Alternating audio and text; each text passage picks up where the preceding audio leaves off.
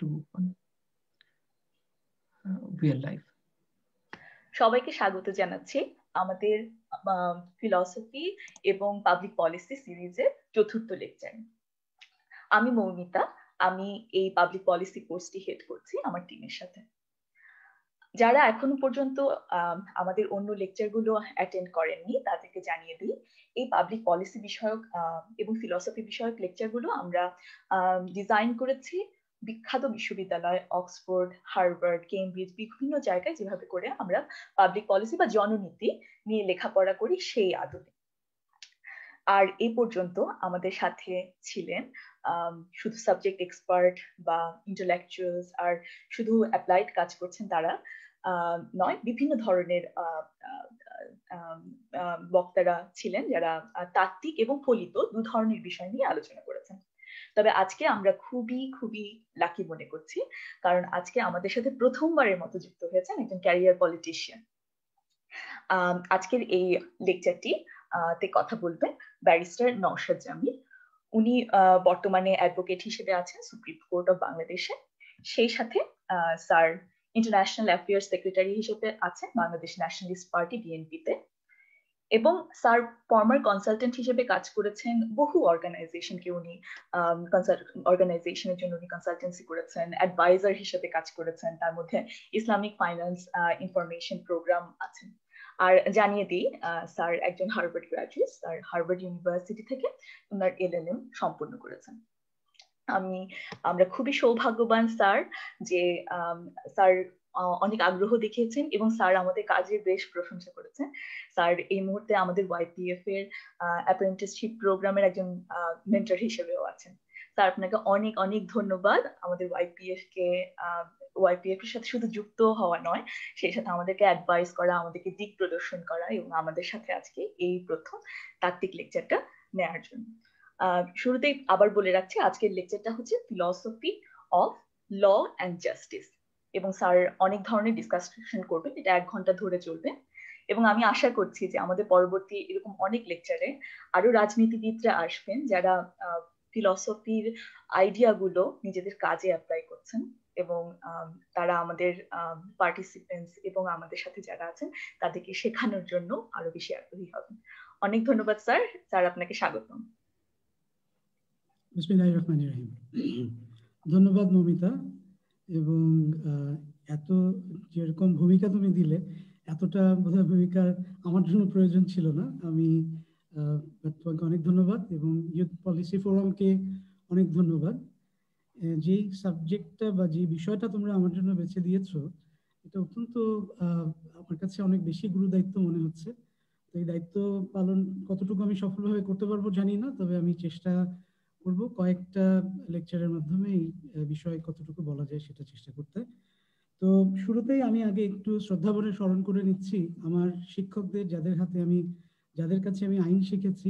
তারা অনেকেই গত হয়েছেন, তাদেরকে একটু স্মরণ করে নিয়ে আমি শুরু করতে চাই।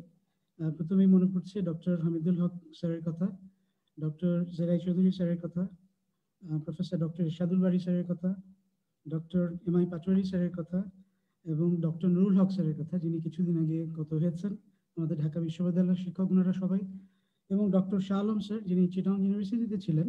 আমার সঙ্গে অন্যভাবে পরিচয় ছিল, উনি একবার এসেছিলেন ঢাকা বিশ্ববিদ্যালয়। তো তখন সেই সূত্রে আমাদের সঙ্গে পরিচয় হয় এবং আমাদের সঙ্গে যোগাযোগ ছিল।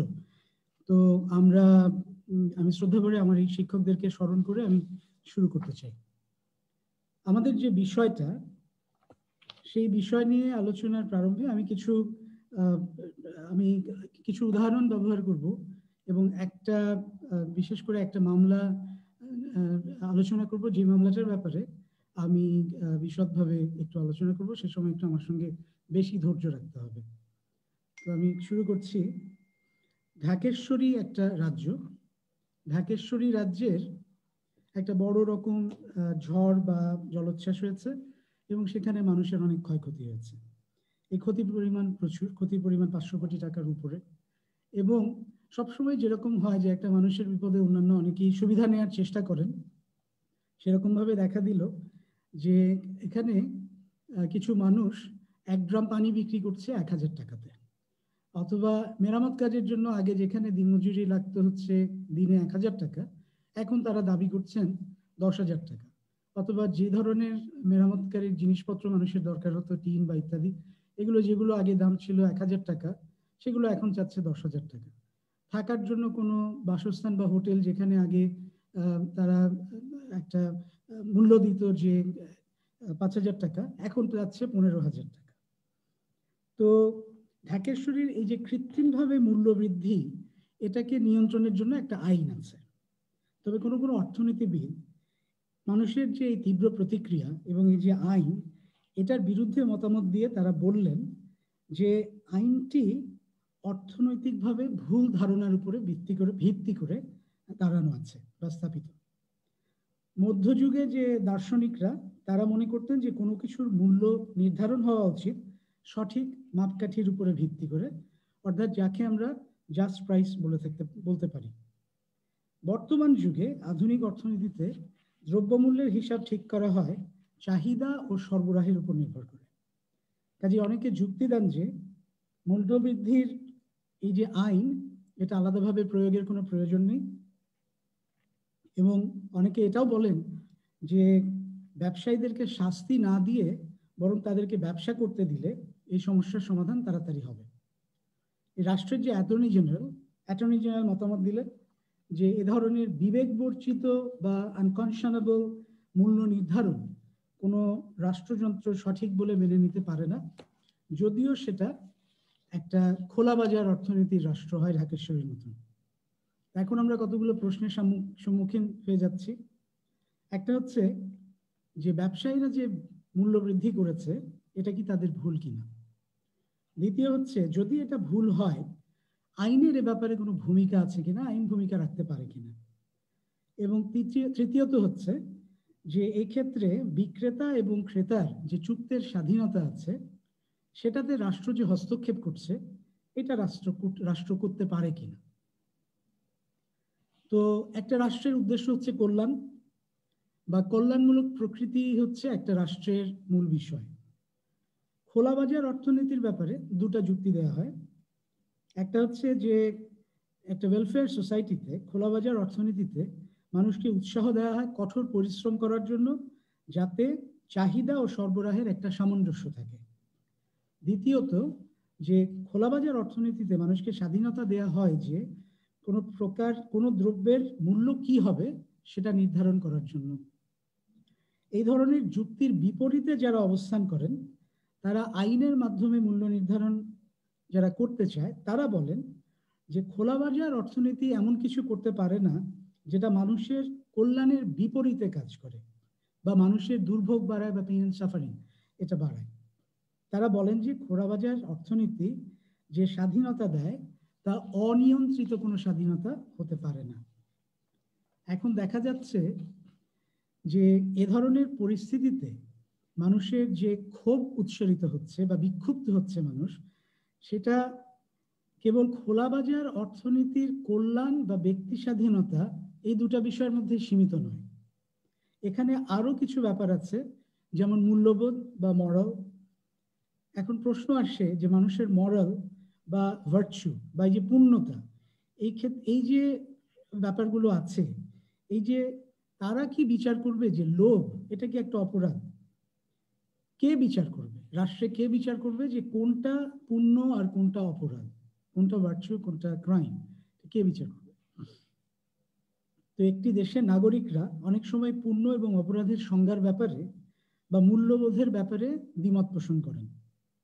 তো এটাই যদি হয়, মূল্যবোধের ব্যাপারে যদি দ্বিমত পোষণ করেন, সেই ক্ষেত্রে কি এটা বিপজ্জনক নয় যে একটা কিছু মূল্যবোধ আমরা অন্য অনেকের উপরে চাপিয়ে দিচ্ছি?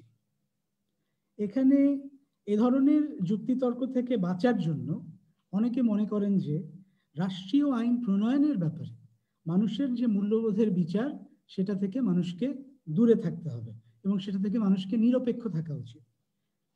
এই ধরনের অবস্থায় আমরা একদিকে যেমন মনে করি যে ব্যক্তি ক্ষতিগ্রস্ত মানুষের উপর নির্ভর করে অতিরিক্ত টাকা আয় করছে, তাদের যেমন শাস্তি হওয়া উচিত, অন্যদিকে অনেকে মনে করছেন আইন প্রণয়ন করে খোলা বাজার অর্থনীতিকে নিয়ন্ত্রণ করতে যাওয়াটাই সঠিক হবে না। তো আমরা প্রকৃতপক্ষে একটা ন্যায়নীতি বোধের যে আইনের দ্বৈনতা সেটার মধ্যে আমরা ঢুকে গেছি, এবং আমরা দেখতে পাচ্ছি যে একটা দ্বিধা আমাদেরকে একটা দার্শনিক প্রশ্নের সম্মুখীন করছে। তো একটি নীতিবান সমাজ তার রাষ্ট্রের নাগরিকদের আইনের মাধ্যমে নীতিবোধ নিয়ন্ত্রণের চেষ্টা করতে পারে কিনা, এটা আমাদের আইনের এবং আইনের যে দর্শন তার বিবেচ্য বিষয়। নাকি আমরা আইনের যে ন্যায়নীতিবোধের যে আলোচনা যে বিদ্যমান সেটা থেকে দূরে থেকে একটা নিরপেক্ষ,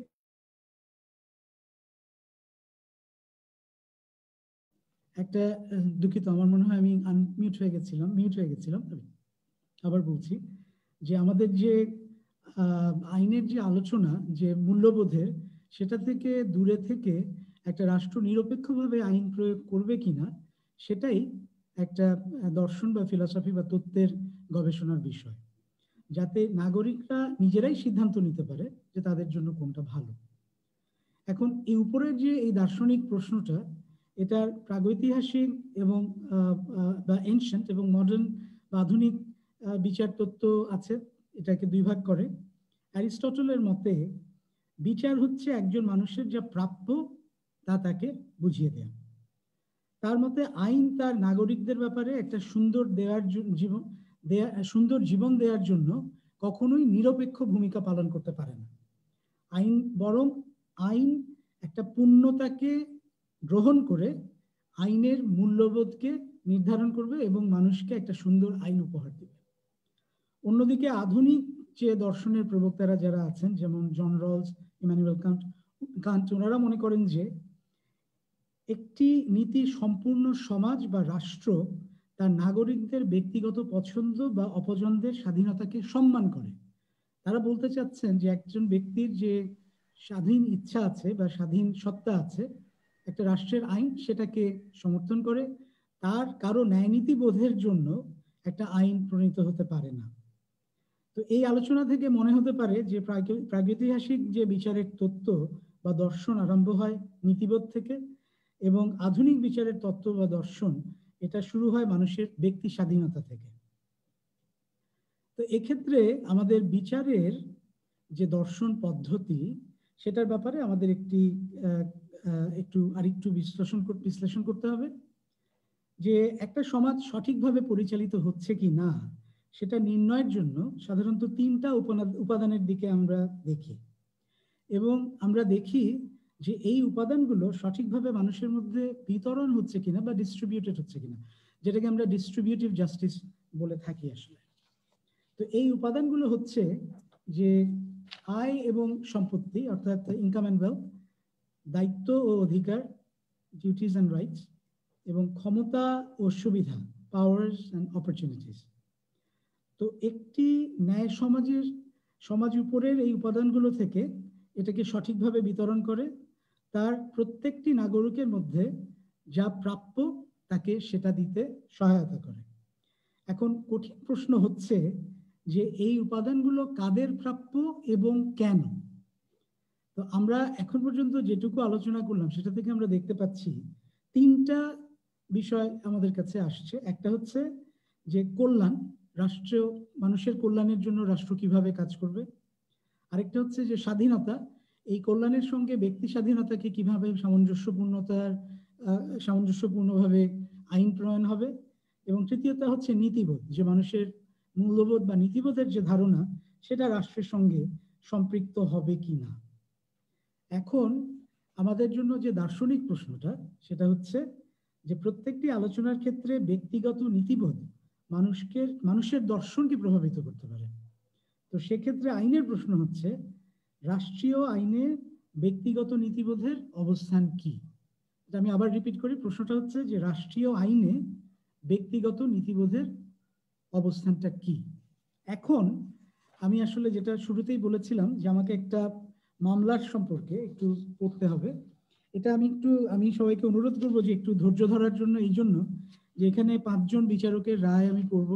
5 জন বিচারকের রায় পড়াটা খুব সহজ হবে না, এবং একটু আমাকে মাঝে মাঝে থেমে থেমে হয়তো বলতে হতে পারে। তো যদি আমি বলি, যদি আমার কথা একটু অস্পষ্ট হয় আমাকে একটু জানাবেন। একটা ঢাকেশ্বরী রাজ্যের একটি ঘটনা।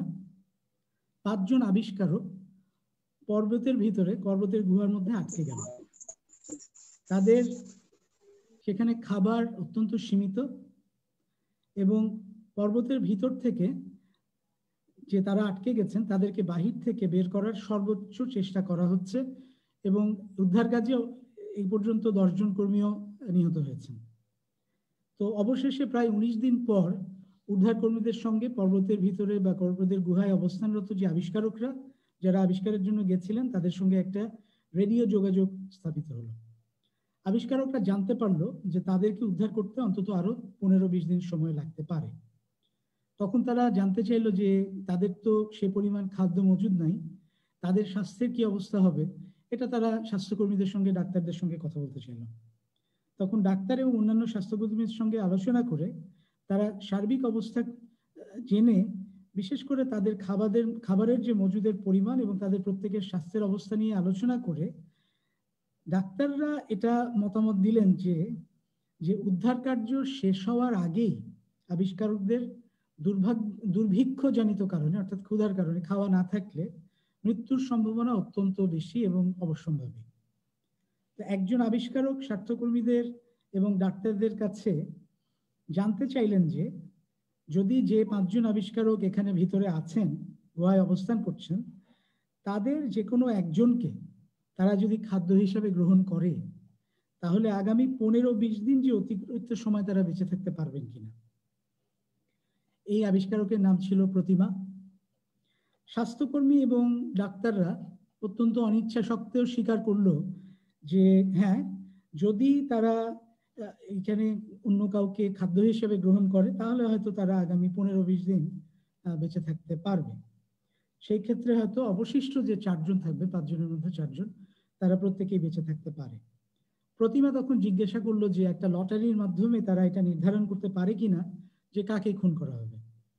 তো এই প্রশ্নের উত্তরটা কোনো কেউই বাইরে থেকে এটা দিতে চায়নি এবং সবাই এই প্রশ্নের উত্তরটা এড়িয়ে গেল এবং এক পর্যায়ে পর্বতে অবস্থানরত, ভিতরে অবস্থানরত আবিষ্কারকদের সঙ্গে আপনার বাইরে যারা আছে তাদের যোগাযোগ বিচ্ছিন্ন হয়ে গেল।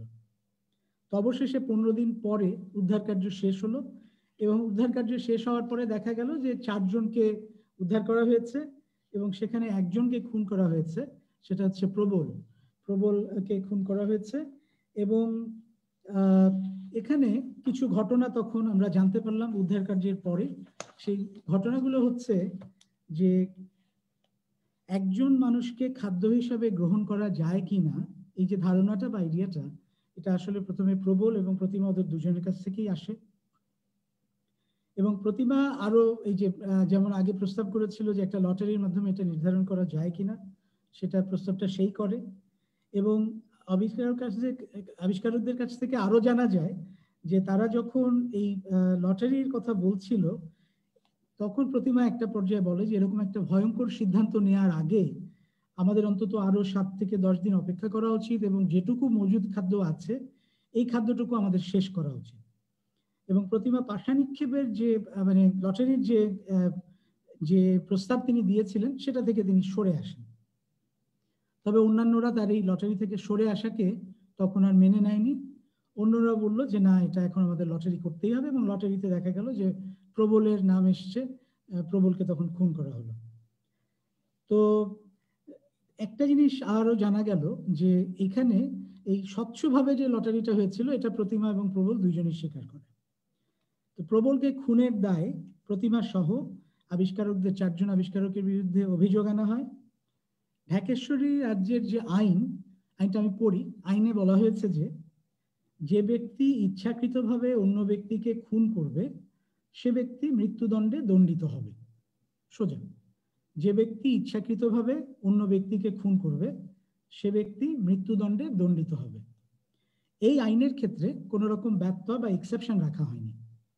এই মামলাটিতে জুরিরা সিদ্ধান্ত নেয় যে এখানে একটি অপরাধ সংগঠিত হয়েছে এবং বিচারক খুনের দায়ে এই 4 জন আবিষ্কারককে মৃত্যুদণ্ড দেয়।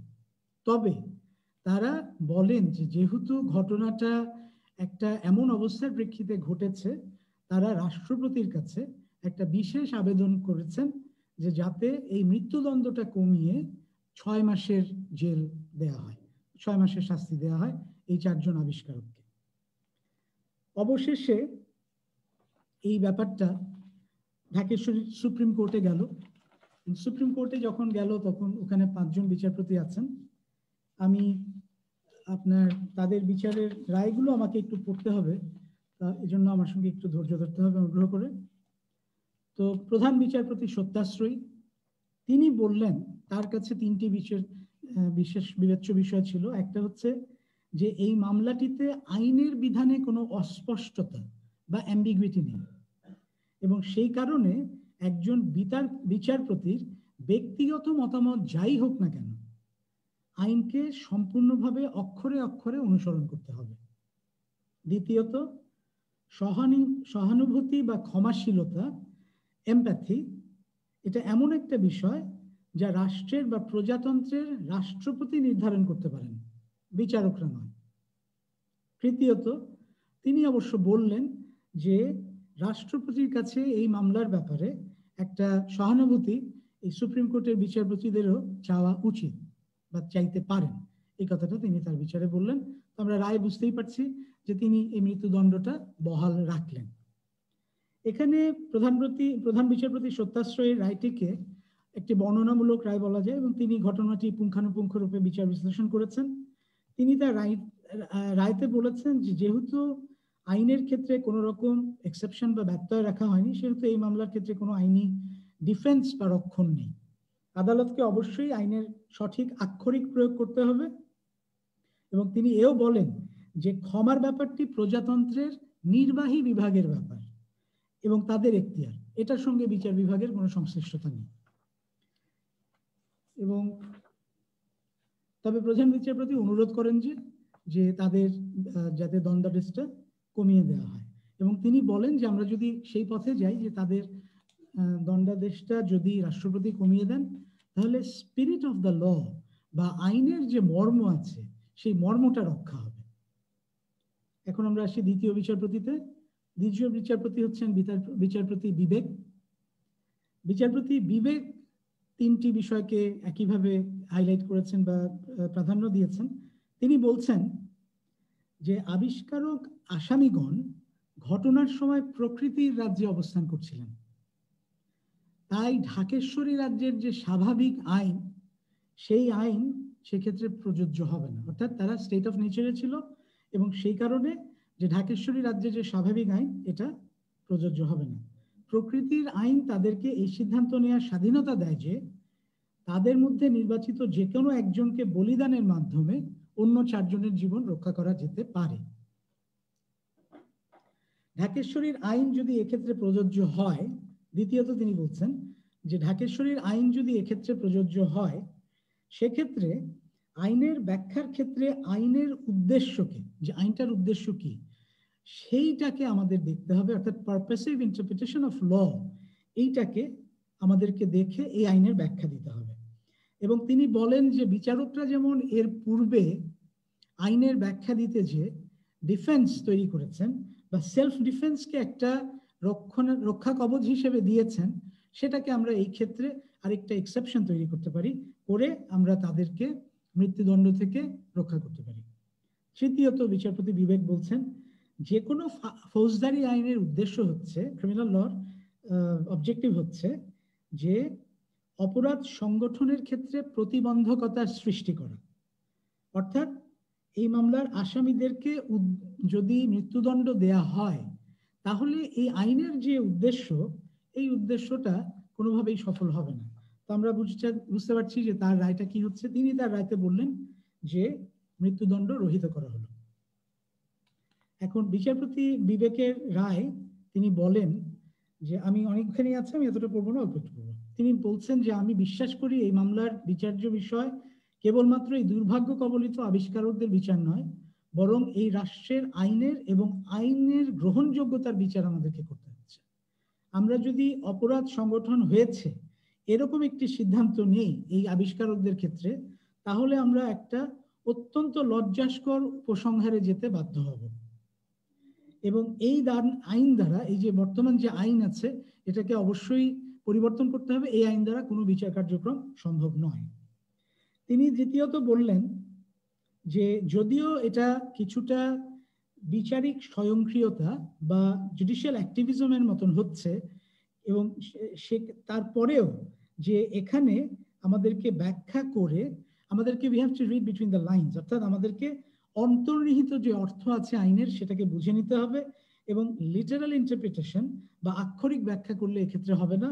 আমাদেরকে আইনের উদ্দেশ্যকে ব্যাখ্যা করে এখানে দেখতে হবে যে আইনের উদ্দেশ্যটা এক্ষেত্রে সঠিকভাবে প্রয়োগ করা হচ্ছে কিনা, এবং অনিচ্ছাকৃতভাবে যে ত্রুটি আইন বিভাগ আইন প্রণয়নের সময় করেছে সেটা যদি বিচারকরা ঠিক করে দেন তাদের বিচারিক ইন্টারপ্রিটেশন বা ব্যাখ্যার মাধ্যমে, সেটা আইনকে সাপ্লান্ট করে না বা স্থানচ্যুত করে না, এটা বরং আইনের কার্যকারিতাকে বৃদ্ধি করে। এটা বিচারপতি বিবেক বললেন। তৃতীয় বিচারপতি, বিচারপতি কুটিল। বিচারপতি কুটিল তিনি তিনটি বিষয়কে গুরুত্ব দিলেন এবং তিনি বললেন যে বিচারপতি বিবেকের রায় তিনি যথেষ্ট সমালোচনা করলেন।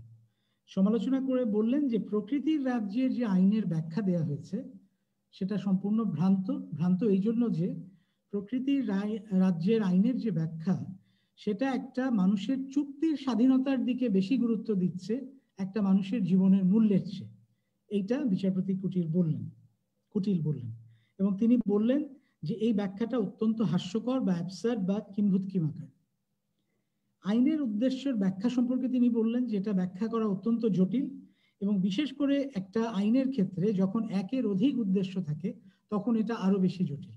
তিনি বলতে চাচ্ছেন যে এখানে একটা ক্রিমিনাল আইন বা ফৌজদারি আইনের যে উদ্দেশ্য সেটা কেবল অপরাধ সংগঠনকে বাধাগ্রস্ত করাই নয়, বরং এখানে রিট্রিবিউশন বা প্রতিশোধমূলক ব্যবস্থা অথবা পুনর্বাসন বা রিহ্যাবিলিটেশন সেগুলোকেও আমাদেরকে মনে রাখতে হয়।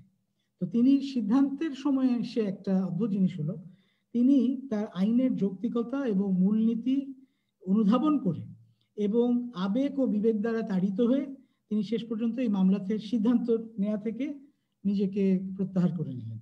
তিনি বললেন যে তিনি এখানে সিদ্ধান্ত নিতে পারবেন না।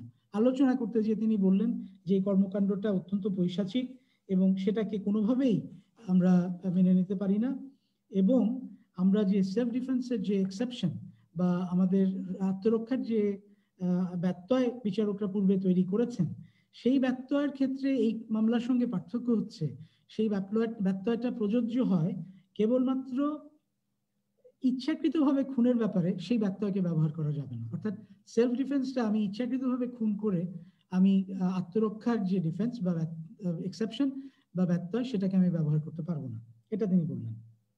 এবং তিনি বলতে চাচ্ছেন যে এর আগে আমরা মামলায় দেখেছি যে চুরি করার ফলে ক্ষুধার্ত একজন মানুষ চুরি করার ফলে আমরা তাকে চুরির শাস্তি দিয়েছি। তো যদি আমরা চুরির শাস্তি দিয়ে থাকি সেই ক্ষেত্রে খুনের শাস্তি, খাদ্যের অভাবে খুনের শাস্তি দিব না, এটা হতে পারে না। এবং তিনি আরো ব্যাখ্যা করে বললেন যে এখানে প্রত্যেকটি আইনের ব্যাখ্যায় একটা বৈপরাত্যিক একটা সিদ্ধান্তের দিকে আমাকে নিয়ে যাচ্ছে, এবং কাজেই আমি আমার এই সিদ্ধান্ত থেকে এখন আপাতত সরে দাঁড়াচ্ছি, আমি এই মামলা থেকে নিজেকে প্রত্যাহার করে নিচ্ছি, আমি এই মামলায় কোনো সিদ্ধান্ত দিব না। চতুর্থ বিচারপতি, বিচারপতি রাজিয়া, তিনি মূল বিষয় হিসেবে নিলেন যে প্রধান বিচারপতি রাষ্ট্রপতির কাছে ক্ষমা প্রার্থনার জন্য যে বিচারকদের প্রতি আহ্বান জানিয়েছেন সেটাকে তিনি অত্যন্ত সমালোচনা করলেন কঠোর ভাষায়। তিনি বললেন যে এই ধরনের আহ্বান বিচার বিভাগকে নির্বাহী বিভাগ হতে যে ক্ষমতার পৃথকীকরণ যে নীতি আছে, সেপারেশন অফ পাওয়ার যে নীতিগুলো আছে সেটার পরিপন্থী। বিচারপতিরা বিচারপতি হিসেবে নয় বরং একজন সাধারণ নাগরিক হিসেবে যদি ক্ষমা প্রার্থনা করতে হয় সেটার জন্য আবেদন করতে পারেন।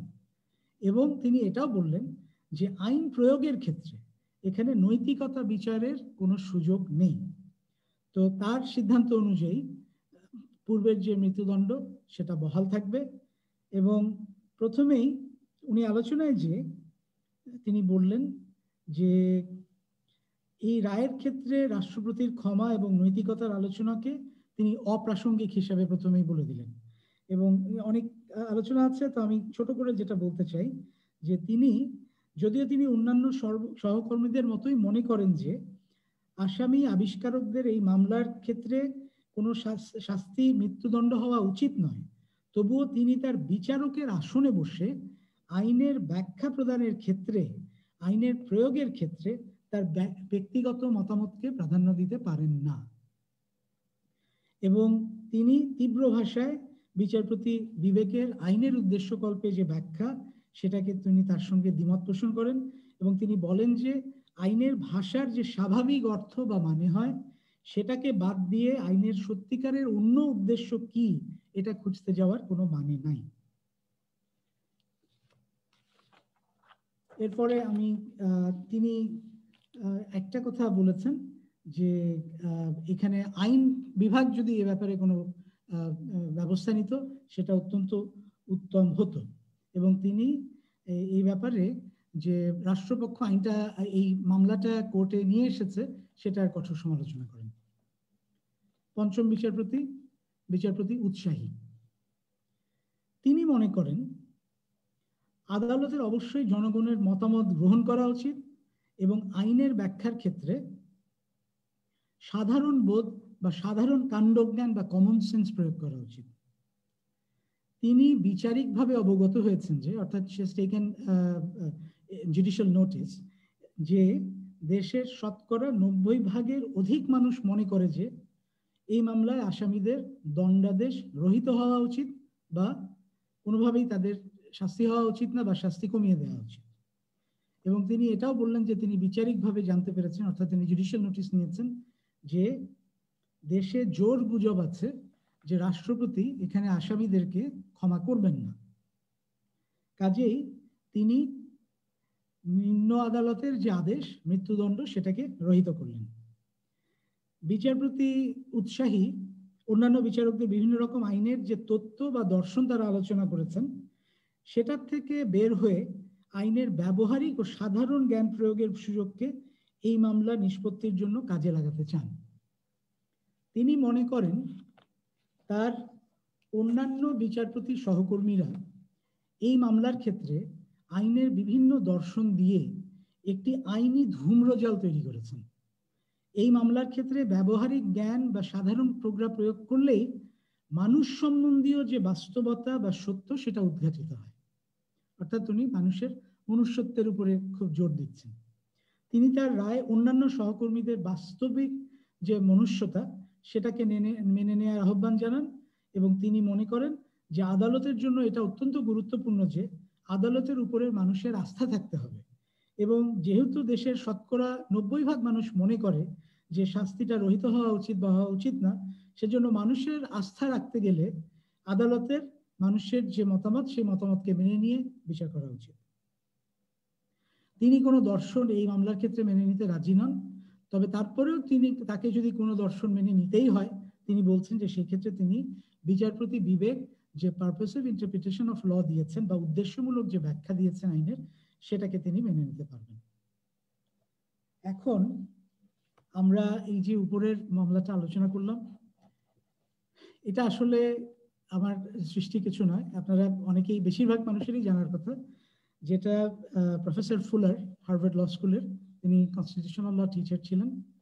1949 সালে তিনি হার্ভার্ড ল রিভিউতে ফেব্রুয়ারি মাসে এটাকে পাবলিশ করেন, তার এই তত্ত্বটাকে। এবং এই আজকে এটার 72 বছর হচ্ছে, সেই অনুযায়ী আমরা we are celebrating professor fuller in some way.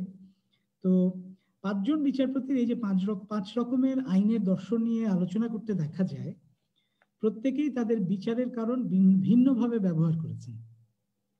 2 জন বিচারক নিম্ন আদালতের দেয়া মৃত্যুদণ্ডকে এভাবে আলোচনা করেছেন যে নির্বাহী বিভাগ হতে বিচার বিভাগের পৃথকীকরণ এবং আইনের যে আক্ষরিক ব্যাখ্যা সেটা তারা দিয়েছেন, দিয়ে 2 জন মৃত্যুদণ্ড বহাল রেখেছেন।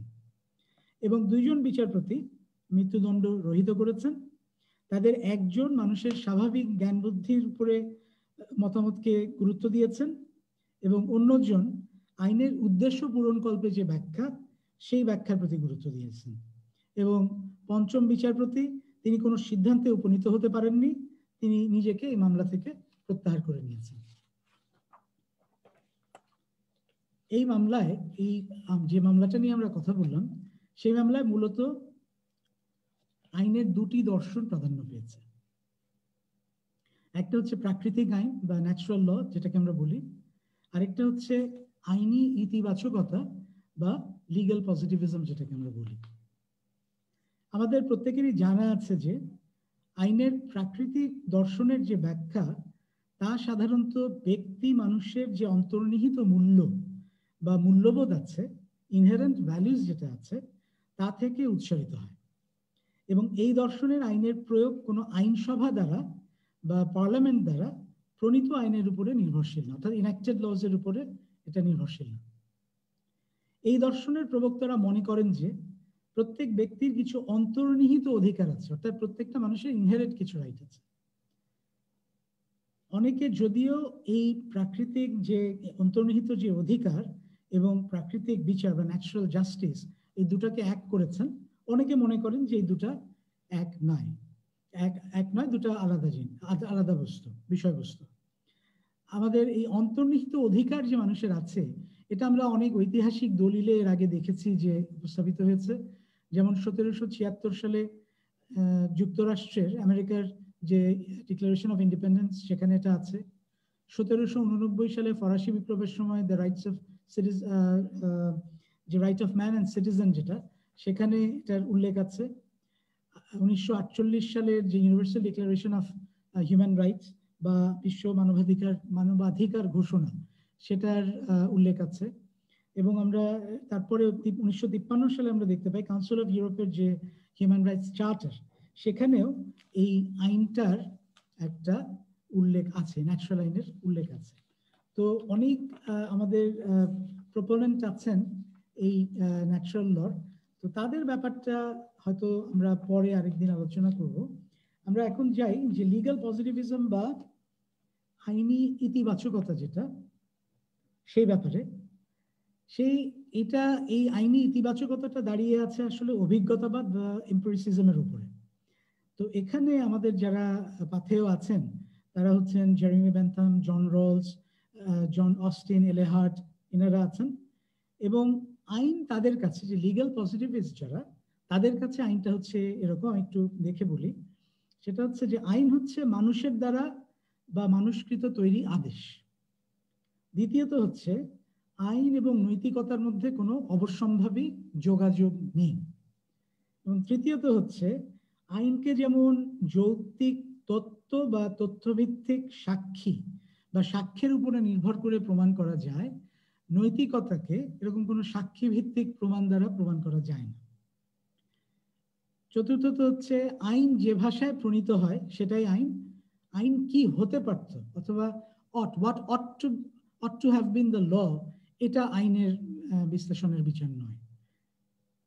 পঞ্চমত হচ্ছে যে আইনের সিদ্ধান্ত বিভিন্ন প্রণীত আইন অথবা নিয়মের উপর নির্ভর করে নেওয়া যেতে পারে, এবং এটার জন্য যে অন্যান্য সামাজিক পারিপার্শ্বিকতা, এটা আমাদের বিবেচনার কোনো প্রয়োজন নেই। তো আমরা দেখতে পাচ্ছি যে প্রাকৃতিক আইন এবং যে আইনি ইতিবাচকতার যে মূল পার্থক্য, সেটা আসলে যে প্রাকৃতিক আইনের যারা দর্শনে বিশ্বাস করেন, তারা মনে করেন যে আইন এবং নৈতিকতার মধ্যে একটা স্থায়ী সম্পর্ক বিদ্যমান আছে।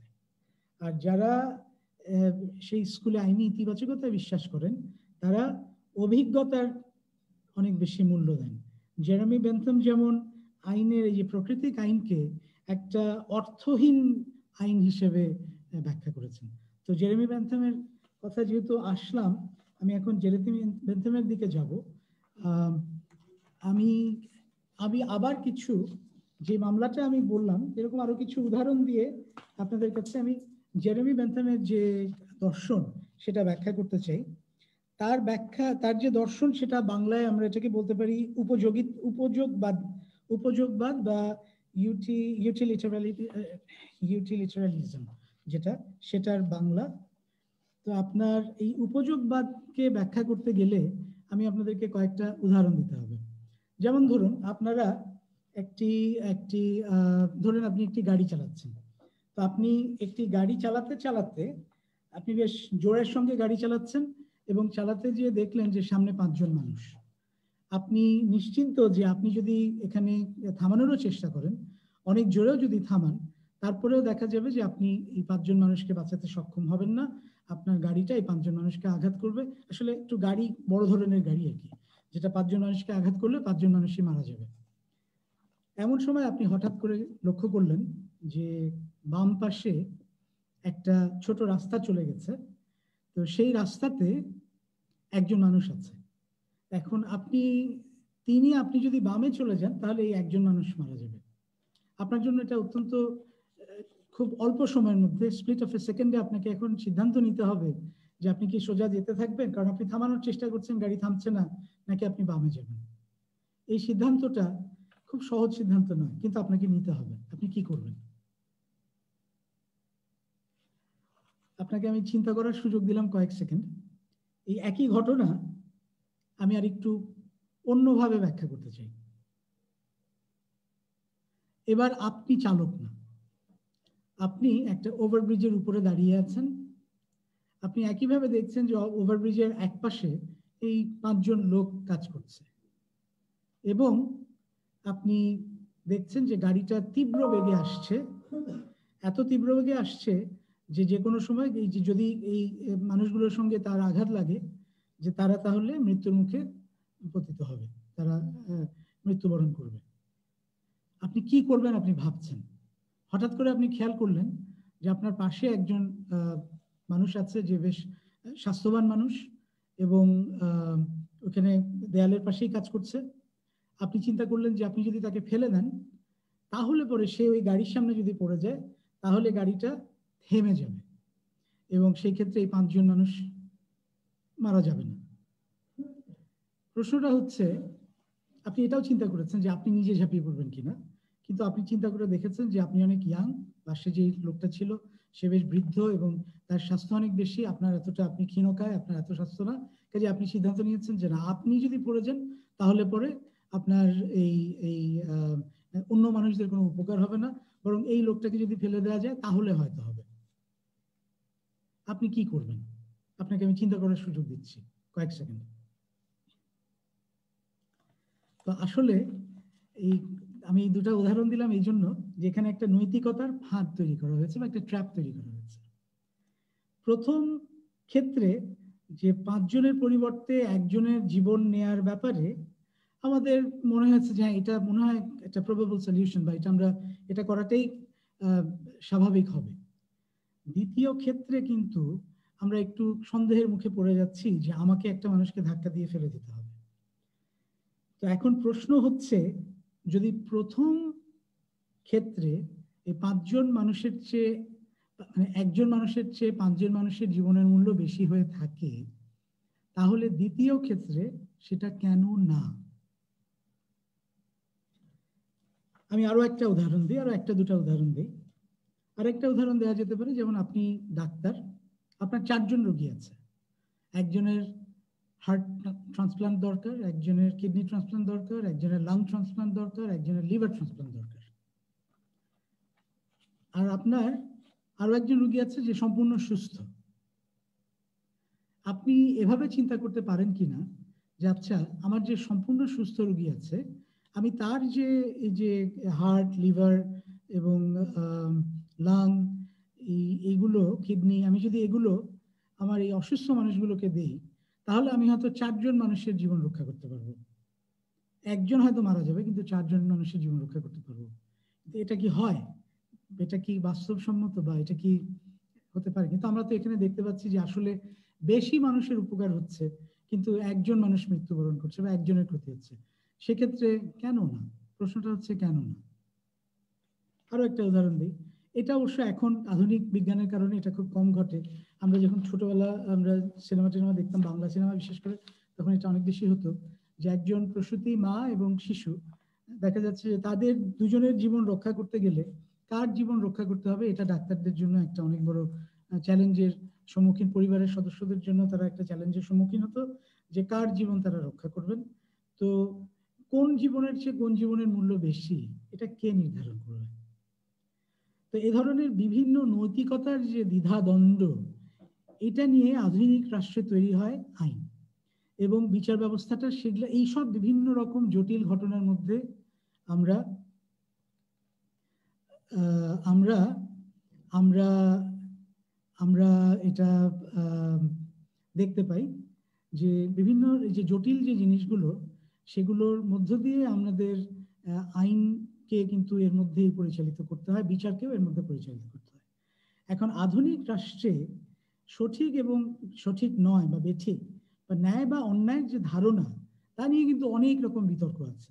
যেমন আমি কতগুলো উদাহরণ দিতে পারি। একটা উদাহরণ হচ্ছে যে কোটা পদ্ধতি, যে অ্যাফার্মেটিভ অ্যাকশন বা ঐতিহাসিক বৈষম্য দূর করার জন্য যে অ্যাফার্মেটিভ অ্যাকশন নেওয়া হয়, যেমন একটা কোটা পদ্ধতির মাধ্যমে বিভিন্ন মানুষকে বিভিন্ন জায়গায় উৎসাহিত করা হয়, সেটা সঠিক কিনা এটা নিয়ে অনেক রকম দ্বিমত আছে।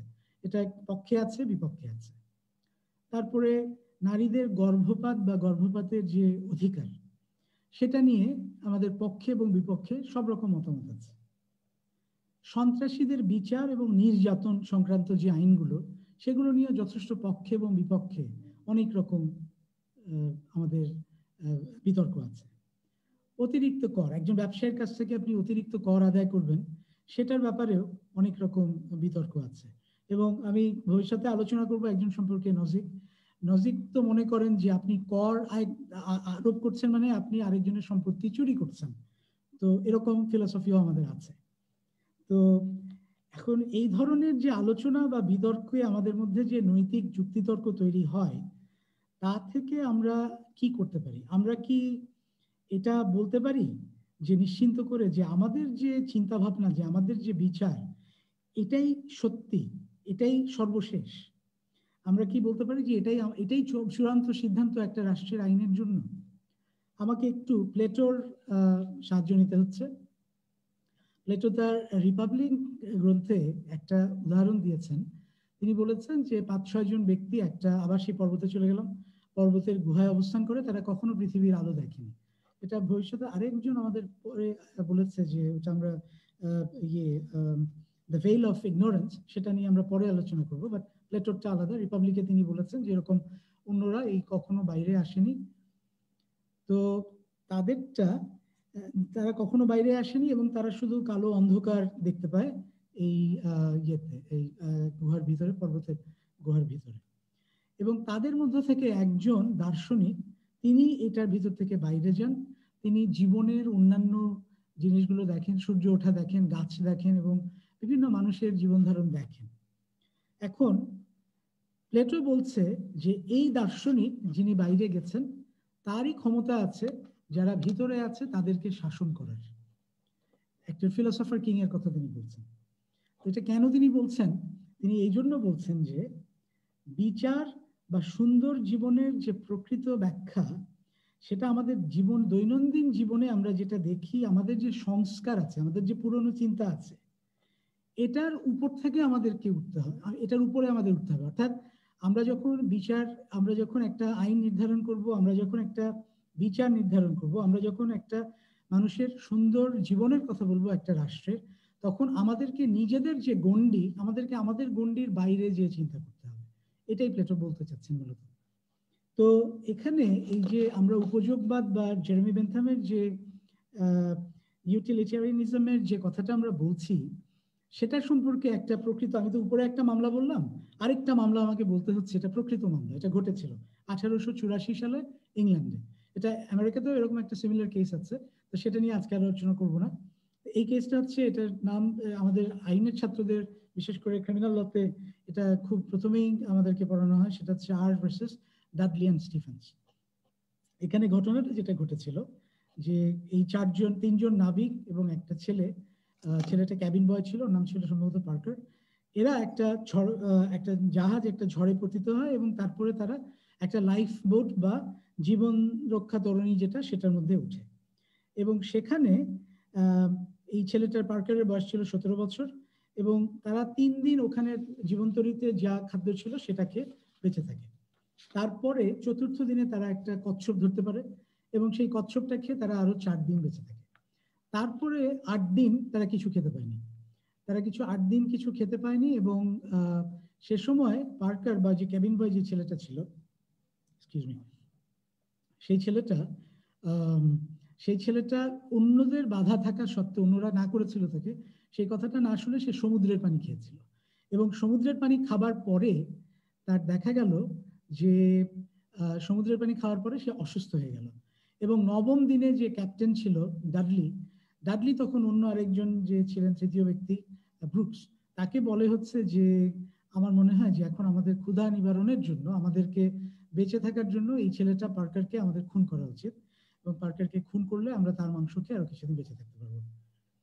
তখন ব্রুকস এটাতে অসম্মতি জানায়, এবং তারপরে পরের দিন দেখা যায় যে ডাডলি এই একই প্রস্তাব স্টিফেন্স বা তার যে সেকেন্ড ক্রু ছিল তাকে বলে, এবং তারা দুজন মিলে এই ছেলেটা পার্কারকে খুন করে। এবং খুন করার পরে পরের 4 দিন তারা বেঁচে থাকে এই তার মাংস খেয়ে, এবং তাকে খাদ্য হিসেবে গ্রহণ করে, এবং তখন আবার ব্রুকসও তাদের সঙ্গে জয়েন করে। তো তারপরে এই মামলাটা যখন ইংল্যান্ডে, যখন তারপরে তাদেরকে 5ম দিনে তাদেরকে উদ্ধার করা হয়, এবং তাদের বিরুদ্ধে মামলা হয়। তাদের বিরুদ্ধে একটা সবচেয়ে উত্তম যে ডিফেন্স বা আত্মরক্ষা যেটা তারা ব্যবহার করেছে, সেখানে তারা নেসেসিটিকে প্লি করেছে বা প্রয়োজনীয়তাকে প্লি করেছে। এখন তারা যে উপযুক্ততা, তারা যে প্রয়োজনীয়তাকে এখানে ব্যবহার করেছে ডিফেন্স হিসেবে, এটার বিরুদ্ধে 2টা যুক্তি আসতে পারে।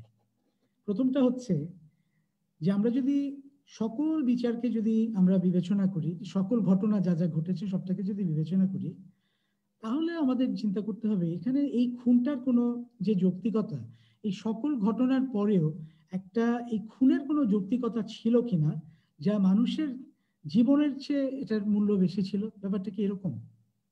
অর্থাৎ এই খুনটা কিভাবে আমরা জাস্টিফাই করতে পারি? দ্বিতীয়ত, যদি আমরা ধরেও নিই যে আমরা আগে যেটা বলেছিলাম যে সংখ্যার কথা, 3 জনের জীবন রক্ষার জন্য একজনকে খুন করা হয়েছে, তারপরেও এটা কি মনে করা যায় না যে একটা মানুষকে খুন করা একটা অন্তর্নিহিত ভুল ছিল, বা ইনহেরেন্টলি এটা একটা রং একটা বিষয় ছিল, বা একটা ভুল ছিল? তো জেরেমি বেন্থাম যেটা বলতে চায় আসলে সেটা হচ্ছে, আমি একটু ওনার ল্যাঙ্গুয়েজেই বলি, ওনার ল্যাঙ্গুয়েজটা আমি লিখে রেখেছি। ওনার ল্যাঙ্গুয়েজে তিনি বলছেন, it is the greatest happiness of the greatest number that is the measure of right and wrong. আমি একটু রিপিট করি, it is the greatest happiness of the greatest number that is the measure of right and wrong. তো তিনি বলতে চাচ্ছেন যে সংখ্যাগরিষ্ঠ মানুষ সে যেটাতে ভালো হবে সেটাই আসলে সঠিক এবং বেঠিকের মাপার চাবিকাঠি, এটা তিনি বলতে চাচ্ছেন। তো এখন প্রশ্ন হচ্ছে যে এটাকে যদি আমরা মেনে নেই, তাহলে একজন মানুষ অন্য মানুষের সঙ্গে কিভাবে আচরণ করবে, তার এই মতবাদকে মেনে নিয়ে আমাদেরকে এই ব্যাপারগুলো তার মতবাদটাকে বিশ্লেষণ করতে হবে। তার মতে আমি একই কথা আরেকবার বলছি যে সঠিক কাজ হচ্ছে সেটাই যেটা উপযোগিতা বা কার্যকারিতাকে বৃদ্ধি করে এবং সর্বাধিক করে বা ম্যাক্সিমাইজ করে।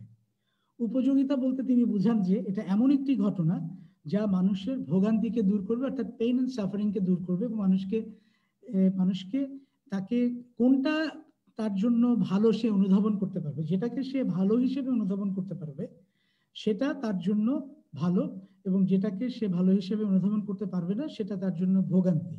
যেটা তার মনের মধ্যে আনন্দ দিবে সেটা হচ্ছে ভালো, যেটা তার মনে আনন্দ দিবে না সেটা হচ্ছে ভোগান্তি বা পেইন এন্ড সাফারিং। এবং তিনি মনে করেন যে আসলে বিভিন্ন রকম দায়িত্ব বা অধিকার, এই কনসেপ্টগুলোতে বা এই বিষয়গুলোতে মানুষ যে বিশ্বাস করে, এই যে দায়িত্ব বা অধিকারের এই যে কনসেপ্টগুলোতে মানুষ বিশ্বাস করে, সেগুলো আসলে এগুলোর মূল ভিত্তি হচ্ছে মানুষের এই যে অনুভূতি, যে ভালো লাগার অনুভূতি বা আমি যেটাকে ভালো মনে করি, আমার ভালো মনে করার অনুভূতি বা আমার খারাপ মনে করার অনুভূতি, এটাই হচ্ছে ভিত্তি যে কিভাবে একজন মানুষ নির্ধারণ করবে কোনটা তার অধিকার বা কোনটা তার দায়িত্ব। এটা তিনি মনে করেন। যেমন একটা উদাহরণ দিতে পারি, আমাদের ভোটাধিকার। ভোটাধিকার আমরা সবাই খুব পছন্দ করি এবং আমরা মনে করি যে আমাদের ভোটাধিকার একটা অত্যন্ত গুরুত্বপূর্ণ একটা অধিকার আমাদের। এখন আমরা যদি এই ভোটাধিকারের সঙ্গে বলি যে আপনি ভোটাধিকার প্রয়োগ না করলে আপনাকে 10,000 টাকা ফাইন বা পেনাল্টি দিতে হবে, তখন কিন্তু আমাদের এই যে যে পরিমাণ আনন্দ আমাদের ছিল যে আচ্ছা আমার অধিকারটা আছে, আমি প্রয়োগ করি বা না করি সেটা অন্য বিষয়, কিন্তু এখন আমি যদি প্রয়োগ না করি আমার উপরে একটা শাস্তি চাপিয়ে দেওয়া হচ্ছে। তো এই ধরনের যে আমাদের যে ভালো বা খারাপের যে অনুভূতি, এটা যত আমরা ম্যাক্সিমাইজ করতে পারি সেটা থেকে আমরা আসলে আইন প্রণয়ন করতে পারি বলে তিনি জেরেমি বেন্থাম মনে করেন। বেন্থামাইটসরা এটা নিয়ে অনেক কথা বলেছেন। বেন্থাম একটা উদাহরণ দিয়েছিলেন, তিনি একটা প্রজেক্ট করেছিলেন যেটা তার জীবনে এটা হয়নি, বা তিনি এটা প্রস্তাব দিয়েছিলেন যে একটা ভিক্ষুক প্রজেক্ট। তিনি বললেন যে ভিক্ষুকদেরকে রাস্তায় থেকে সরিয়ে ফেলা উচিত, তাদের জন্য একটা ওয়ার্কশপ বা ওয়ার্ক হাউস করা উচিত বা কারখানা করা উচিত, তো তাদেরকে সেখানে নিয়ে যাওয়া উচিত। এটার কারণ হিসেবে তিনি বললেন, এটার কারণ হচ্ছে যে ভিক্ষুকদেরকে রাস্তায় দেখলে মানুষের মনে দুটো অনুভূতি হয়। যারা কোমল প্রকৃতির তাদের মনে হয় যে তিনি মনের ভিতরে ব্যথা পেলেন, এবং যিনি শক্ত প্রকৃতির তিনি অত্যন্ত ক্ষোভের শিকার হন, তিনি ভিক্ষুক কেন রাস্তায় আছে এটা নিয়ে তার মনের মধ্যে একটা ক্ষোভের তৈরি হয়। এখন তিনি বেন্থাম বলতে চাচ্ছেন যে যারা মনের ভিতর দেখলে, বেন্থাম বলতে চাচ্ছেন যে শেষ পর্যন্ত ব্যাপারটা হচ্ছে যে ভিক্ষুক দেখলে মানুষের, বেশিরভাগ মানুষের মনে কোনো না কোনো নেগেটিভ বা যেটাকে আমরা বলি ঋণাত্মক অনুভূতি মনের মধ্যে হয়। তো সেটার থেকে তিনি রক্ষা করার জন্য মনে করছেন যে ভিক্ষুকদেরকে একটা ওয়ার্ক হাউসে নিয়ে গেলে খুব ভালো হবে। তো তিনি আবার খুব সচেতন যে ভিক্ষুকদের অধিকার, মানে অধিকার না, ভিক্ষুকদের আনন্দের কি হবে। বেশিরভাগ ভিক্ষুকের তো আনন্দ এবং তাদেরও আনন্দ বা ভোগান্তির ব্যাপার আছে। তিনি মনে করছেন যে হ্যাঁ, বেশিরভাগ ভিক্ষুক সেখানে আনন্দিত হবে, এই জন্য এটা তিনি ধরে নিচ্ছেন যে তারা যেহেতু কাজ করবে তারা সেখানে আনন্দের মধ্যে থাকবে। অর্থাৎ আবার সেই যে greater good for the greater number, এটাকে উনি উপস্থাপন করার চেষ্টা করছেন। এখন বেন্থামের এই যে বেন্থামের যে ধারণা, এটার বিরুদ্ধে আমরা কিছু আমরা আপত্তি বা অবজেকশন দেখতে পাই। আমি দুটোর কথা বলে মোটামুটি শেষ করার চেষ্টা করব। একটা হচ্ছে, তবে কিছু উদাহরণ আছে, আর বেশিক্ষণ না, আমার সঙ্গে আর 5 থেকে 10 মিনিট ধৈর্য ধরতে হবে। আমি একটা প্রথম অবজেকশন যেটা, যে বেন্থামের উপযোগিতাবাদ, সেটার সবচেয়ে দুর্বল দিক হচ্ছে যে বৃহত্তর মঙ্গলের জন্য তার এই মঙ্গলের জন্য এটা ব্যক্তি স্বাধীনতাকে খর্ব করে। অর্থাৎ উপযোগীবাদরা মনে করেন যে ব্যক্তিরও প্রাধান্য আছে, তবে সমষ্টির আনন্দের জন্য বা সমষ্টির মঙ্গলের কথা চিন্তা করলে ব্যক্তির অধিকারকে ক্ষুণ্ণ করা যেতে পারে। এইটা কি আমরা একমত হতে পারি? এটার যে সমালোচনা, সেখানে একটা উদাহরণ হিসেবে এসছে যে প্রাচীন রোমে যখন কলোজিয়ামের মধ্যে গ্ল্যাডিয়েটরদেরকে ছেড়ে দেওয়া হতো সিংহের মুখের সামনে, এবং পুরা কলোজিয়ামে বা স্টেডিয়ামের মধ্যে সারা মানুষ, অনেক মানুষ উল্লাস করছে। তো এখানে তো আমরা দেখতে পাচ্ছি যে আসলে অনেক মানুষ আনন্দিত হচ্ছে, কিন্তু একজন মানুষ ক্ষতি হচ্ছে বা একজন মানুষ নিপীড়িত হচ্ছে। সেটাকে আমরা মেনে নিতে পারি কিনা? বেন্থামের যে ধারণা সেটা যদি সঠিক হয়, আমরা এই ধারণা, আমরা কলোজিয়ামের যে গ্ল্যাডিয়েটরের যে কষ্ট, সেটার সঙ্গে আমরা একমত হতে পারি কিনা। আরো দ্বিতীয় উদাহরণটা আরেকটু জটিল হবে। আল কায়দা। আল কায়দাকে আমরা জানি যে ধরে মানুষজনকে এই গুয়ান্টানামো বেতে রাখা হয়েছিল এবং তাদের প্রতি নির্যাতন করা হয়েছিল। এখন এই নির্যাতনকে আমরা সমর্থন করতে পারি কিনা? অনেকে বলেছেন, যুক্তি হিসাবে বলেছেন যে বিভিন্ন সন্ত্রাসীদের কাছে যে ধরনের তথ্য পাওয়া যায় তা মানুষের নিরাপত্তা নিশ্চিন্ত করার জন্য অত্যন্ত জরুরি। অর্থাৎ অধিক মানুষের মঙ্গলের জন্য কিছু মানুষকে নির্যাতন করা যেতে পারে। প্রশ্ন হচ্ছে, নির্যাতনকে কি কখনো আইনের দৃষ্টিতে বা বিচারের দৃষ্টিতে মেনে নেওয়া যায় কিনা? তো আমি গুয়ান্টানামো বে থেকে আমি অন্য একটা উদাহরণ দিই। সেই উদাহরণটা একটু জটিল ধরনের। এতক্ষণ আমরা দেখলাম যে প্রথমে পাহাড়ের গুহাতে আমরা একজনের পরিবর্তে 4 জন বেঁচে ছিল, এই নৌকাটাতে দেখলাম যে একজনের পরিবর্তে 3 জন বেঁচে ছিল, এবং ওই যে আমাদের বিভিন্ন রকম উদাহরণে এরকম 3 জন 4 জন 5 জন বেঁচে ছিল। এখন আসি আরো একটা আরেকটু অন্য ব্যাপারে।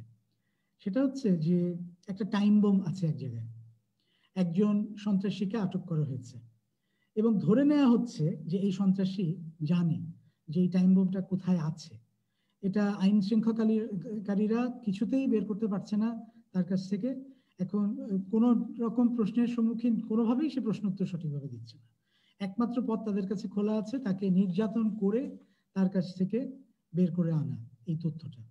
এখন চিন্তা করে দেখেন আমাদের যে মানবিকতা বা আমাদের যে নৈতিকতার সামনে যে প্রশ্নটা, যে এতক্ষণ আমরা দেখছিলাম 3জন 4জন 5জন মানুষের জীবন রক্ষা হচ্ছিল, এখন এই টাইম বোমটা বিস্ফোরিত হলে কিন্তু কয়েকশো মানুষ বা কয়েক হাজার মানুষ মারা যেতে পারে। এখন আমরা কি করব? আমরা এই যে ব্যক্তিটা আটক আছে তাকে কি আমরা অত্যাচার করে এই খবরটা বের করব? চিন্তার ব্যাপার। এটা আমাদেরকে মনে রাখতে হবে যে এই যে আমাদের যে ধাঁধাটা, এটা অত্যন্ত গুরুত্বপূর্ণ। এখন আমি জানি আমরা সবাই কি ভাবছি, এই ঘটনাটাকে আমি আরেকটু অন্যভাবে ব্যাখ্যা করতে চাই। এখন অন্যভাবে ব্যাখ্যা না, আরেকটা উদাহরণে যে আপনাদেরকে চিন্তা করতে বলতে চাই। সেটা হলো যে ধরে নেন এই লোককে যাকে আটক করা হয়েছে তাকে সাংঘাতিকভাবে অনেক রকম নির্যাতন করা হলো, কিন্তু সে কোনোভাবেই মুখ খুলছে না। ধরে নেন সে এতটাই কঠিন, যদিও বর্তমান যুগে এটা সম্ভব না, তারপরে আমরা ধরে নিচ্ছি সে এতটাই কঠিন যে কোনো রকম নির্যাতনের মুখে সে মুখ খুলছে না এবং তার কাছ থেকে কিছুতেই তথ্য পাওয়া যাচ্ছে না যে বোমটা কোথায় আছে। কি করা যেতে পারে? একজনের মনে আসলো যে এই লোকটার একটা শিশু কন্যা এবং একটা শিশুপুত্র আছে। এখন এই শিশু কন্যা এবং শিশুপুত্রকে নিয়ে আসলো। শিশু কন্যা এবং শিশুপুত্রকে যদি নির্যাতন করা হয় তাহলে অবশ্যই এই লোকটা এই তথ্যটা দিয়ে দিবে। এখন এই শিশু কন্যা বা শিশুপুত্রকে নির্যাতনটা কতটুকু সঠিক হবে? আইনের কথা যদি বাদও দেই, নৈতিকতার ক্ষেত্রেও কতটুকু সঠিক হবে? এটা আমাদেরকে চিন্তা করতে হবে। প্রশ্নটা হচ্ছে এই যে দেখেন, একইভাবে তখনও আপনি এক ব্যক্তিকে নির্যাতন করে আপনি হাজার হাজার ব্যক্তিকে রক্ষা করছেন, বা এক ব্যক্তিকে নিহত করে 5জনকে রক্ষা করছেন, এখনো ঘটনাটা একই। সেই ক্ষেত্রে আমরা কি করতে পারি? উপরের ঘটনাটা নিয়ে যে নৈতিকতার যে তত্ত্ব বা উপযোগবাদের যে দার্শনিক তত্ত্ব, এটাতে একটা আবার ধূম্রজাল তৈরি করা হয়েছে। দেখা যাচ্ছে যে উপযোগবাদের জন্য সংখ্যা একটা অত্যন্ত গুরুত্বপূর্ণ বিষয়। তো সেটাই যদি সত্যি হয়ে থাকে, যে সংখ্যাটা যদি গুরুত্বপূর্ণ বিষয় হয়ে থাকে, তাহলে আমরা মেনে নিচ্ছি যে অধিক সংখ্যক মানুষের যে সুবিধা বা বেনিফিট, তা মানুষের নৈতিকতাকে নিয়ন্ত্রণ করতে পারে। যে অর্থাৎ গ্রেটার গুডের জন্য আমরা মানুষের যে নৈতিকতা সেটাকে আমরা নিয়ন্ত্রণ করতে পারবো। এখন এটা ছাড়াও বেনথাম আরেকটা জিনিস বলছেন এই সংখ্যার ব্যাপারে, কিন্তু তিনি এবার লাভ ক্ষতির বিশ্লেষণের কথা বলছেন। লাভ ক্ষতির বিশ্লেষণ যারা সমালোচক তারা বলছেন কি, প্রথমটা তারা ব্যক্তিগত অধিকারের কথা বললেন, দ্বিতীয়টা সমালোচকরা বলছেন যে লাভ ক্ষতির বিশ্লেষণ বেনথামের যে উপযোগবাদিতা সেটার একটা দুর্বল অংশ। সেটা কিভাবে তারা দেখাচ্ছেন, তারা কিছু উদাহরণ দেখাচ্ছেন। আমি এই উদাহরণগুলো অনেকগুলো আছে, তো আমি দুটো উদাহরণ দিয়ে শেষ করব আসলে। একটা হচ্ছে যে ফিলিপ মরিস নামে একটা সিগারেট কোম্পানি ছিল, তারা এই চেক রিপাবলিকে একবার টোবাকো ট্যাক্স বাড়িয়ে দেওয়া হয়, প্রচুর পরিমাণে টোবাকো ট্যাক্স বাড়িয়ে দেওয়া হয়, এবং টোবাকো ট্যাক্স বাড়িয়ে দেওয়ার পরে সেখানে তারা একটা বিশ্লেষণাত্মক গবেষণা করে আর কি, গবেষণা করে যে টোবাকো স্মোকিং এর ফলে, অর্থাৎ ধূমপানের ফলে যারা মৃত্যুবরণ করছেন তার ফলে কি হচ্ছে। তখন দেখা যাচ্ছে যে তারা অল্প বয়সে মারা যাচ্ছেন এবং তাদের চিকিৎসার জন্য খরচ বেশি হচ্ছিল, কিন্তু তারা অল্প বয়সে মারা যাচ্ছেন। এবং তারা লাভ ক্ষতি বিশ্লেষণ করে বের করে যে আসলে চেক সরকারের $147 মিলিয়ন প্রত্যেক বছর রক্ষা হচ্ছে। কিভাবে রক্ষা হচ্ছে? যে যারা মারা যাচ্ছেন তাদের স্বাস্থ্য খাতে, তাদের জন্য পেনশনে খরচ হচ্ছে না, তাদের জন্য গৃহায়নে খরচ হচ্ছে না, তাদের জন্য স্বাস্থ্য খাতে কম খরচ হচ্ছে। এই উদাহরণটা এই ফিলিপ মরিসের বিরুদ্ধে সাংঘাতিকভাবে মানুষ ক্ষিপ্ত হয়েছিল এই এই রিসার্চটা বা এই গবেষণাটা করার জন্য। তবে আসলে প্রশ্নটা হচ্ছে যে লাভ ক্ষতির বিশ্লেষণের মাধ্যমে যে একটা আর্থিক মূল্য মাপা যায় কিনা, মানুষের জীবনের যে একটা আর্থিক মূল্য, এটা লাভ ক্ষতির বিশ্লেষণ দিয়ে মাপা যায় কিনা। আর একটা উদাহরণ দিই, এটা আমেরিকা থেকে, যে 1970 সালে ফোর্ড পিন্টো নামে একটা গাড়ি আমেরিকাতে ছিল, এবং সেটার যে পেট্রোল ট্যাঙ্ক ছিল সেটাতে বিস্ফোরণ হলে মানুষ মারা যেত। এবং ফোর্ড একটা বিবেচনা করে দেখলো যে যদি তারা এই যে কটা গাড়ি তারা মার্কেটে দিয়েছে সেগুলো ঠিক করতে যায়, তাহলে তাদের প্রায় $137 মিলিয়ন খরচ হবে। কিন্তু যদি তারা এটা কিছুই ঠিক না করে এবং কিছু মানুষ মারাও যায়, তাতে তাদের $49 মিলিয়ন মতন খরচ হবে। এবং তারা প্রত্যেকটা ব্যক্তির জীবনের মূল্য ধরেছিল $2 লাখ মতন। সেটা তাদের নিজেদের হিসাব ছিল না, সরকারি একটা অন্য হিসাব থেকে তারা এই হিসাবটা নিয়েছিল। তো এটাতেও আসলে অত্যন্ত এটা এটা এটা বিচার হয়েছিল একটা, এবং বিচারে জুরিরা তাদের বিরুদ্ধে $135 মিলিয়ন একটা ক্ষতিপূরণ দেয়। তবে পরে এটা কমে 3.5 মিলিয়নে আসে। তাহলে আসল কথাটা যে কারণে আমি এই উদাহরণটা দিলাম, এটা হচ্ছে যে ফোর্ড আসলে বলতে চাচ্ছে যে এখানে যারা উপযোগী বা তারা এই যে সংখ্যার যে ব্যাপারটা, তারা এটাকে দেখছে এইভাবে যে একজন মানুষ যিনি মারা যাবেন, অল্প বয়সে মারা যাবেন, তিনি প্রত্যেকে এটার জন্য যে কম্পেনসেশন পাবেন সেটা হচ্ছে যে $2 লাখ। এবং উপযোগবাদীরা বলছেন যে বেশিরভাগ মানুষই এটা করতে রাজি হবে না। অর্থাৎ তারা বলতে চাচ্ছেন যে $2 লাখ বিনিময়ে বেশিরভাগ মানুষই মৃত্যুর মুখে যেতে রাজি হবে না। তো আসল যে আমাদের যে বিষয়টা, যে একটা মানুষকে মৃত্যুর মুখে ঠেলে দেয়া, সেটার চেয়ে তারা ভাবছেন যে না, বেশিরভাগ মানুষ মৃত্যুর মুখে পতিত হবে না, এটাই তাদের কাছে বেশি উপযোগ্য বিষয়। আর আগের ব্যাপারে আমার একটু এটা বলে দেওয়া উচিত ছিল, সেটা হলো যে ফিলিপ মরিসের রিসার্চের ব্যাপারে উপযোগবাদীরা বলেছিলেন, বেন্থামাইটস যারা, ওনারা বলেছিলেন যে আসলে এখানে আমাদের মাপকাঠিটা ভুল হচ্ছে। মাপকাঠিটা এটাও হওয়া উচিত ছিল যে যারা মৃত্যুবরণ করছেন তাদের পরিবার যারা আছে তাদের ভালো মন্দ এই বিশ্লেষণটা উপযোগবাদিতার বিশ্লেষণের মধ্যে নেওয়া উচিত। শেষ একটা উদাহরণ দিচ্ছি, সেটা হচ্ছে 1990 সালের দিকে আমেরিকা যুক্তরাষ্ট্রের গাড়ির গতিসীমা 55 মাইল থেকে বাড়িয়ে 65 মাইল করা হয়। এবং তাতে একটা কস্ট বেনিফিট অ্যানালিসিস করে দেখা যায় যে তখন প্রত্যেক ঘন্টায় মানুষ $20 করে অ্যাকচুয়ালি ইকোনমিতে বেশি কন্ট্রিবিউট করছে, কারণ তারা তাড়াতাড়ি কাজে যেতে পারছে, তাড়াতাড়ি বাসায় ফিরতে পারছে সেই হিসেবে।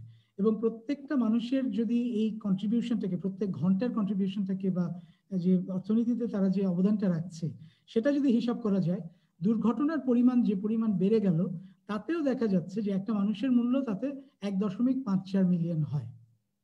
এখন উপযোগীবাদ যারা বা বেন্থামাইটস যারা, যে এই কস্ট বেনিফিটের অ্যানালিসিসে প্রত্যেকটা কিছুর একটা মূল্য আছে, এবং এটাতে কারো লজ্জা পাওয়ার কিছু নাই, এটাতে পরিষ্কার বলে দেওয়া উচিত, এটা মানুষকে জানানো উচিত। এবং এটাই হচ্ছে তারা বলেন যে এটাতে রিকয়েল করার বা পশ্চাৎপরণ হওয়ার কোনো কারণ নেই, এটা মানুষকে পরিষ্কারভাবে বলা উচিত। আর অন্যদিকে যারা এটার বিরোধিতা করেন তারা বলছেন যে সবকিছুই একটা আর্থিক মূল্য দিয়ে মাপা সম্ভব নয়। বেন্থাম 1885 সালে মারা যান, এবং তিনি তার শরীরটা তিনি মনে করেছিলেন যার মৃত্যুর পরেও তিনি কিভাবে মানুষের কাজে আসবেন, সেজন্য তিনি তার শরীরটাকে ইউনিভার্সিটি কলেজকে দান করেন। এবং এখনো যখন ইউনিভার্সিটি কলেজের কাউন্সিল মিটিং হয়, তো তার শরীর তো আর এখন ওইভাবে নাই, একটা ওই যে পাফড একটা শরীর নিয়ে আসা হয়, নিয়ে এসে মিটিংয়ে তাকে বসিয়ে রাখা হয় এবং লেখা হয় যে প্রেজেন্ট বাট অ্যাবস্টেইনিং ফ্রম ভোট। তো এটা হচ্ছে জেরেমি বেন্থাম। এই আমাদের উপযোগীবাদের এর পরের যিনি প্রবক্তা, তিনি হচ্ছেন জন স্টুয়ার্ট মিল। আমি আজকে মিলকে নিয়ে আলোচনা করছি না, এবং অন্যান্য যে বিষয়গুলো নিয়ে আমি এরপরে আলোচনা করব, যে লিগ্যাল পজিটিভিস্ট, ইমানুয়েল কান্ট এবং তাদেরকে নিয়ে আলোচনা করব, আমি প্লেন মিনিং অফ পজিটিভিজম সেটা নিয়ে আলোচনা করব, টেক্সচুয়ালিজম নিয়ে আলোচনা করব, আমি ফেমিনিজমের যে জুরিসপ্রুডেন্সিয়াল ব্যাখ্যা আছে সেটা নিয়ে আলোচনা করব, জাতিভিত্তিক বা রেসিস্ট ইন্টারপ্রিটেশন অফ ল সেটা নিয়ে হয়তো আলোচনা করতে পারি। তো এই বিষয়গুলো নিয়ে আমি আগামীতে ইনশাআল্লাহ আলোচনা করব। আপনাদেরকে অনেক অনেক অনেক ধন্যবাদ। অনেক ধন্যবাদ স্যার আজকের এই অসাধারণ অসাধারণ লেকচারটির জন্য। আমি নিজে অনেক অনেক শিখেছি।